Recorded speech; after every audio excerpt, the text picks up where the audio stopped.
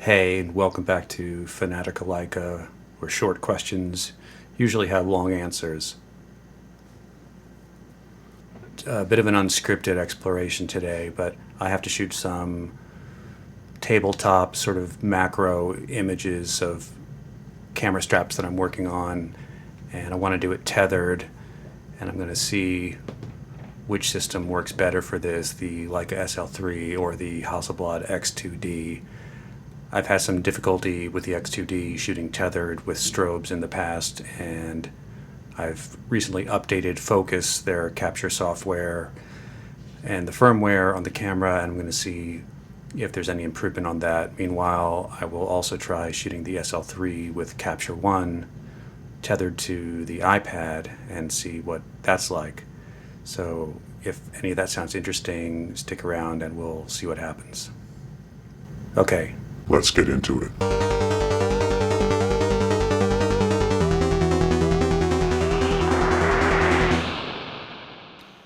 just a trigger warning, this is a long and fairly lo-fi demo of these various setups for tethering, but I thought it might be more useful to show it step by step in fairly real time to show you what things I'm running into, and they might be similar to any difficulties you're having with these cameras and these two pieces of software. So if you're interested in really getting into the weeds, stick around. Otherwise, this might be not for you.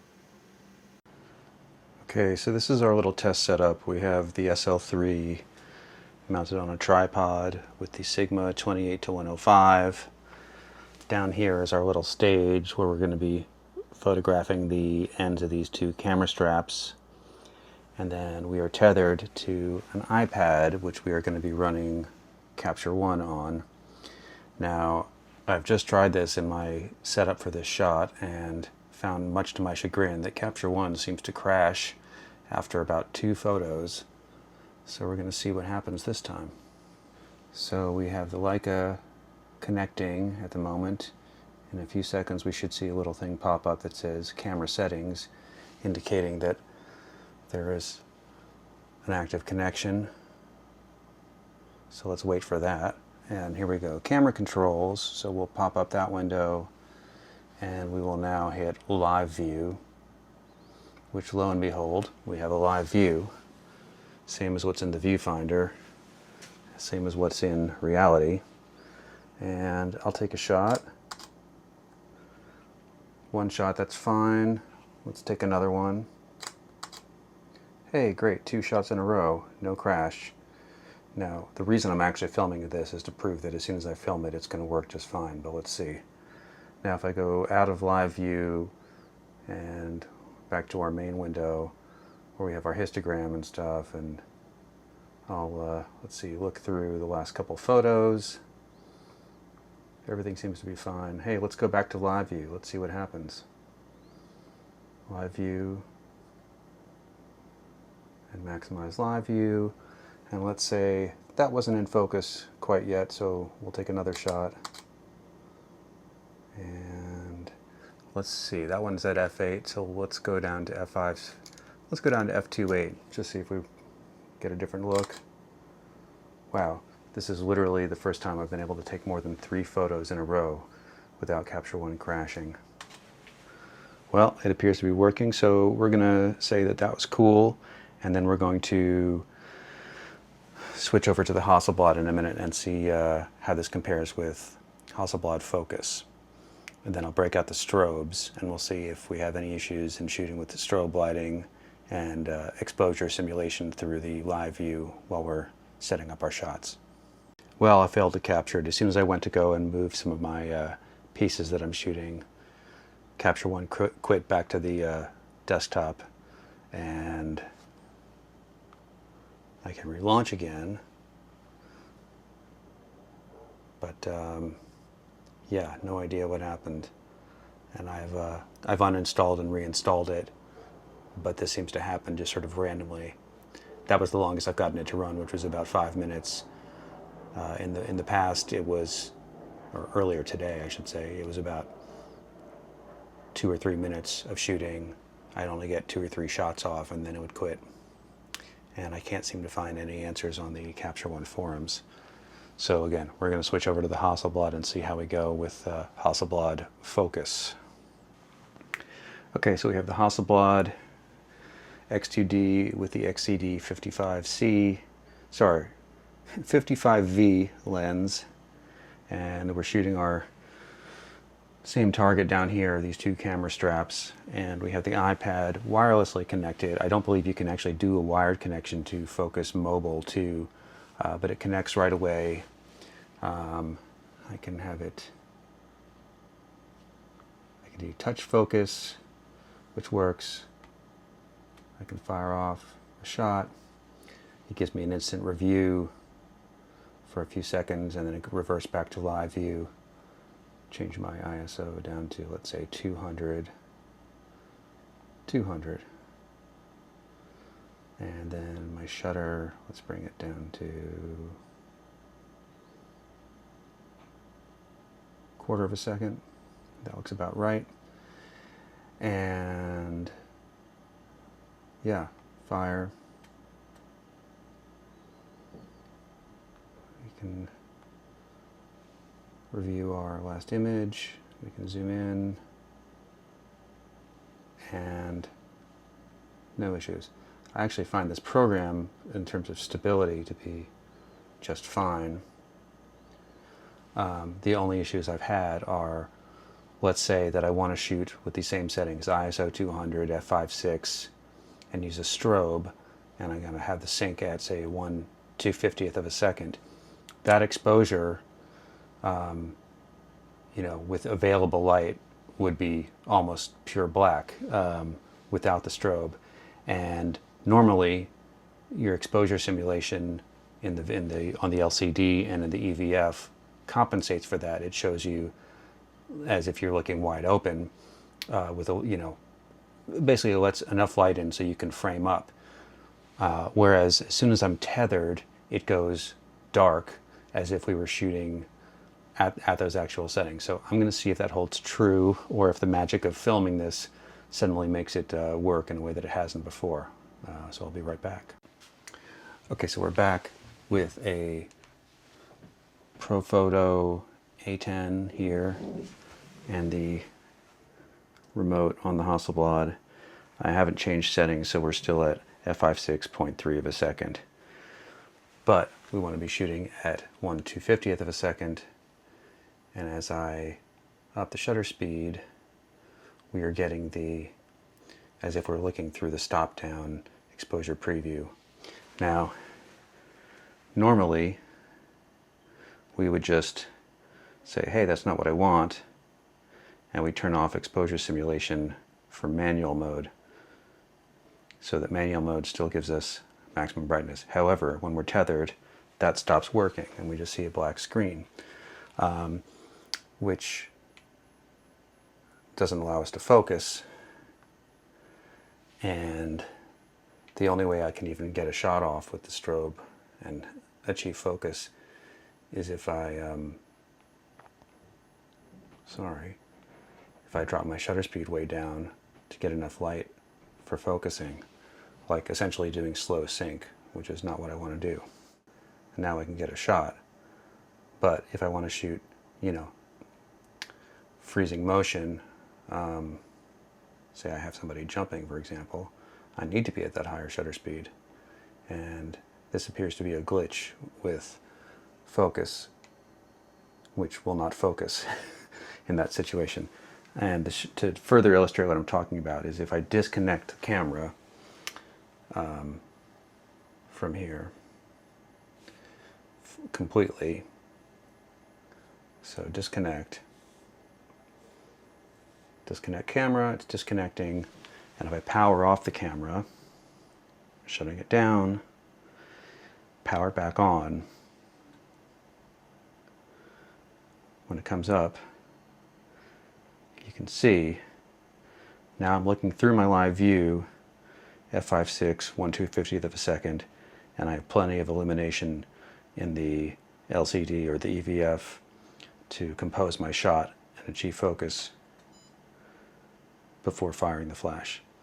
Now, let's leave this on, let's reconnect, join the network, and waiting for it to, so I hit the button for remote controlling, and now we're back to a black screen. Again, same settings. So if you're shooting with available light, it's fine, but as soon as you're going to a strobe, and you're shooting at a reasonable strobe sync speed, this just doesn't work. Let's try it out on my PC laptop and see if we get a different result. Bear in mind that has to be a wired connection. The wireless only works with the iPad. So let's see how this goes. So we now have Phocus 3.7.5 running on the laptop. We have it recognizing the camera under devices. You can see both the SSD and the CF Express card. We're going to go into the, let's see, how do we pull up live view again? Go to capture. Oh, and now we seem to be having connectivity issues. It reconnected and then disconnected. Well, this is interesting that it recognizes the camera, but it does not seem to. Alright, so this is interesting. So I've now connected it with a different USB-C cable, not one designated for high data transfer. This was just a USB-C power cable, but it seems to be maintaining the connection, whereas the tether tools cable kept dropping the connection. So we'll have to try that same cable out with the Leica and see if that has anything to do with crashing Capture One on the iPad. We'll go back to that in a moment. But now, let's, again, we're now getting live view as I wave my hand in front.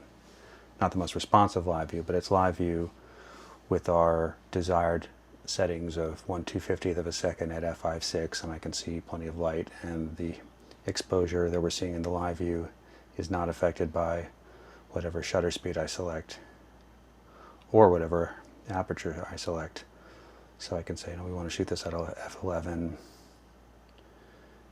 and 1/60th of a second. Let's see. And fire. Will you fire? I don't know. Yeah, so essentially with live view active, you can only trigger an exposure, fire the shutter from the camera itself, not from within focus. I have to turn live view off.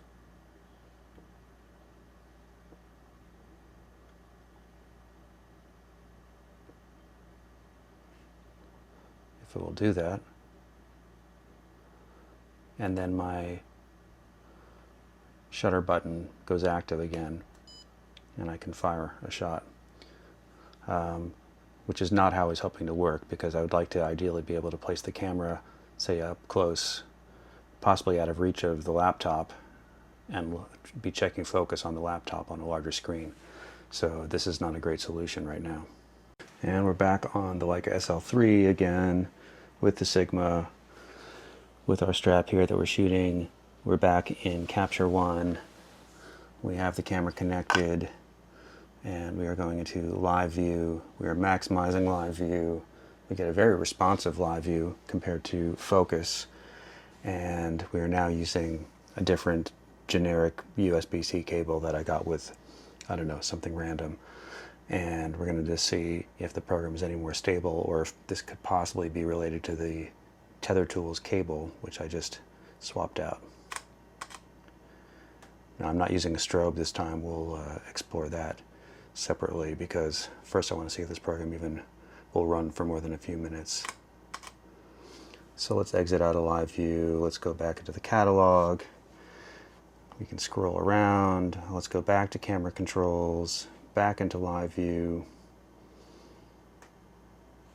maximize live view, turn on our grid, move some things around. Can we pick a focus spot? I don't know if we can do that from here, but we can change whether we're in autofocus or manual. So we don't have a touch focus functionality from within Capture One like we do with Phocus, but I'm going to just keep firing shots until it crashes or I run out of patience.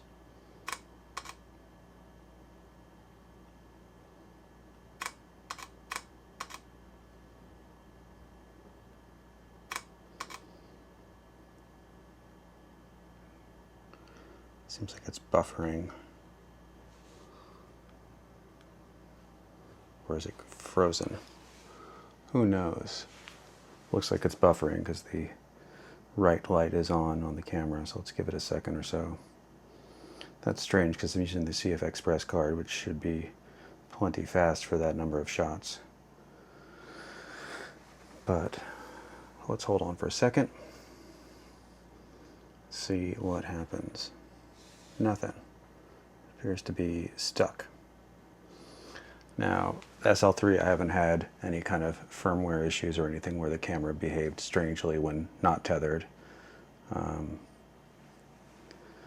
Let's see what happens if I fire a shot. I can't fire a shot right now.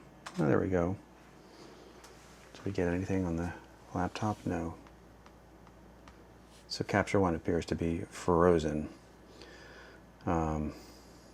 Interesting. This is all very discouraging, both the software and the potential reliability of USB-C cables.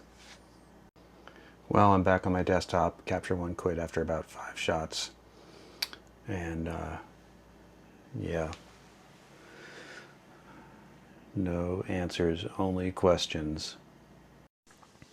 So here I am on the PC. I forgot to put my lav mic on when I was recording this clip. I was fairly exasperated, but the long and short of it is the SL3 tethered to the PC running Capture One works just fine. Now, I didn't test this with the strobe, but I don't know of any similar issue to the Hasselblad with regards to the exposure preview, which I did find several people referring to that issue on Hasselblad forums, so I think that's a well-documented phenomenon and does not seem to affect the Leica or any cameras I know of on Capture One. So this looks like it may be the solution for now, and I will have to investigate a better tethering cable to go with it, and we'll see if that has any effect on the reliability of the Hasselblad as well with Phocus. Okay, so that was both educational and incredibly frustrating, at least for me, on both fronts. It seems like Capture One on the PC tethered with a cable to both cameras is going to be the solution for me. The only drawback I really find for Capture One is that not being able to have the live view and the image review active on the same screen at the same time without some, I don't know, there may be some way I can tinker around and get that to work. But that seemed to be by far the most reliable thing. Focus Mobile 2 on the iPad has the issue with the display preview not functioning correctly if you're using strobes. And I'm often using strobes, so that's sort of a deal breaker. It seems to work on the PC okay, but if I'm going to have to use one app rather than multiple, I think I'll just go with Capture One for both cameras on the PC. I need to find a more reliable USB-C cable because the Tether Tools cable also seemed to be intermittently disconnecting, which is a real drag because they're not cheap. So search is on for a better solution there. So any recommendations, please send them my way. And if anyone has any knowledge of the state of Focus Mobile 2, and if there's an update in the near future, or if there's a workaround to get the exposure preview to work correctly, please let me know. That would be huge. So anyway, if you stuck around this far, thank you. And until next time, yeah.